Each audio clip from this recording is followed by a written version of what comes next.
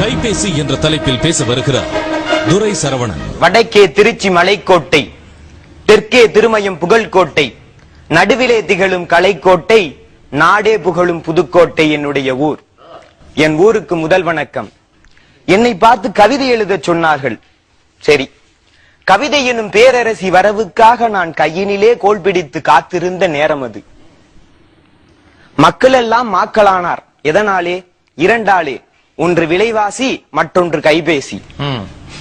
கைபேசி அதற்கு மேதினியில் மேன்மை தரும் சிறப்பு. நான் கை கொள்ளும் மேன்மை தரும் அதுவே என் தலைப்பு. கைபேசி என்னிடம் பேசிய கதை சொல்கிறேன். எல்லா திசைகளும் எனக்குள் அடக்கம், எல்லா திசைகளும் எனக்குள் அடக்கம், எல்லோருக்கும் என் மீதே இன்றைய மயக்கம். வடிவத்தில் சிறியவன் நான், வாமன அவதாரம் நான். அடியெடுத்து நான் அளந்தால் அண்டமெல்லாம் சிறிதாகும்.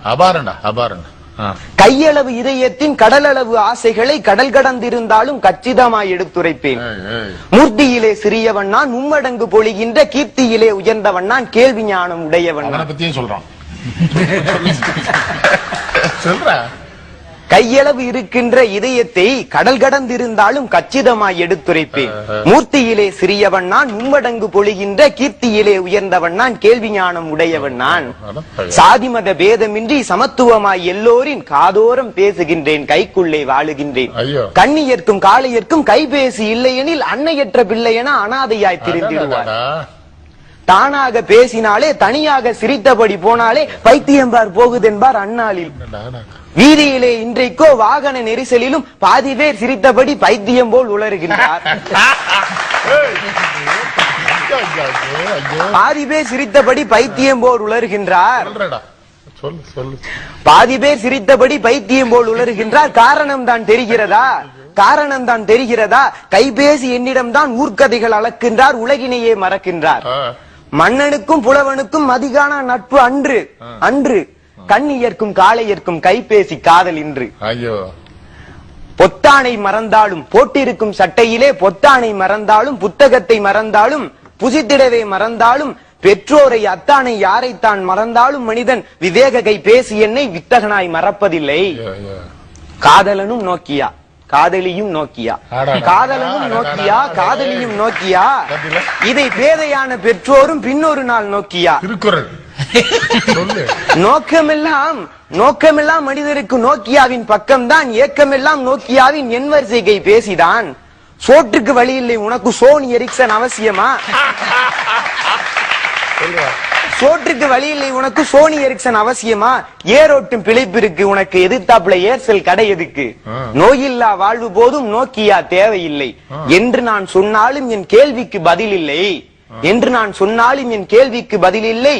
என்னையே புகழ்கின்றார், எருமை போல் விழிக்கின்றார். என்னையே புகழ்கின்றார், எருமை போல் விழிக்கின்றார். என் காதலியே, உன் காதல் வார்த்தை பட்டால் கள்ளும் இனிதாகும். உன் காதல் வார்த்தை பட்டால் கள்ளும் இனிதாகும், கனியாகும். உன் காதல் வார்த்தை வாங்கித் தரும் என் கைபேசி இனிதாகும் என்று சொல்வோன் சிலன். பலருக்கோ நிமிஷமும் இணைக்கும் பிழைப்பில்லை, எனக்கோ என் காதலியிடமிருந்து கைபேசியிலே அழைப்பில்லை என்று என்னால் ஏங்குவோர் சிலருண்டு. என்றாலும் தினம் காலை நான் எழுப்புவோர் பலருண்டு. தலையான கைபேசி என்னை தவம் இருந்து கண்டெடுத்தார்.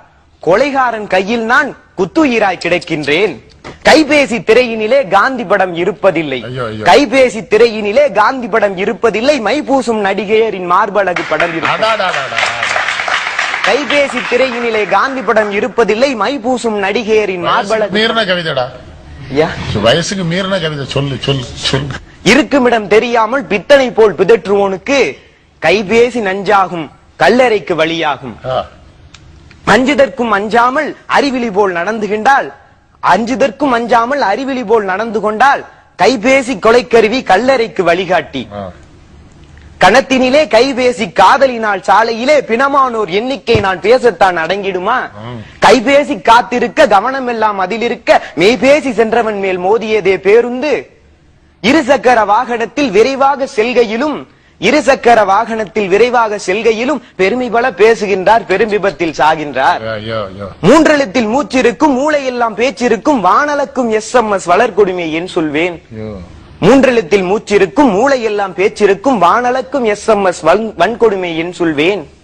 அங்குங்கெனாதபடி ஆனந்த கைபேசி, அங்குங்கெனாதபடி ஆனந்த கைபேசி, எங்கெங்கும் நிறைந்திருக்கும் இவ்வுலக புதுமை கடவுள். ஊர் உலகே விரும்பி என்னை உறவாடும் என்னை ஏன், ஊர் உலகே மிக விரும்பி உறவாடும் என்னை ஏன் தேர்தலிலே இன்று வரை தேர்ந்த சின்னமாக வைக்கவில்லை. இருந்தாலும் எனக்குள்ள ஏற்றத்தை சொல்லிவிட்டேன், வரும் நாளில் சின்னமென வைக்கட்டும் தேர்தலிலே. இத்தோடு கைபேசி என்னோடு பேசி முடித்துக் கொண்டது. நானோ கவிஞன் இல்லை, நான் இங்கு சொல்லி இருக்கும் கருத்துக்களோ சுருக்கம். என் கவிதை மீது ஏற்பட்டதா உங்களுக்கு சின்ன மயக்கம்? என் விரல்கள் வருடிய இந்த வரிகளுக்கு கேட்கிறேன் நன்றி வணக்கம். இல்லாத மார்பகத்தை எடுத்து அந்த கைபேசி சொல்லாமல் சொன்னதை நீ சுகமாக பார்த்தாயோ? சுகமாக பார்க்க வயது இது. என்ன அருமையா சொன்னடா. ரொம்ப அந்த என்னடா பிள்ளை நீ கவிதை தான்டா பாடின. அது கவிதையானு கேக்குறேன். என்ன கவிதை நீ? ஆஹா ஆஹா, அற்புதமான ஒரு கவிதை. நீயே கவிதை. எப்படி கவிதையை கொண்டு வந்து பயன்படுத்தணும். அதுல யான் நோக்கும் காலை நில நோக்கும் நோக்காக்கால் தான் நோக்கி மெல்ல நகுங்க நோக்கியாவை நோக்கியா நோக்கின்னு திருவள்ளுவராவே மாறிட்ட. குரல் மாதிரிதான் இருக்க நீ.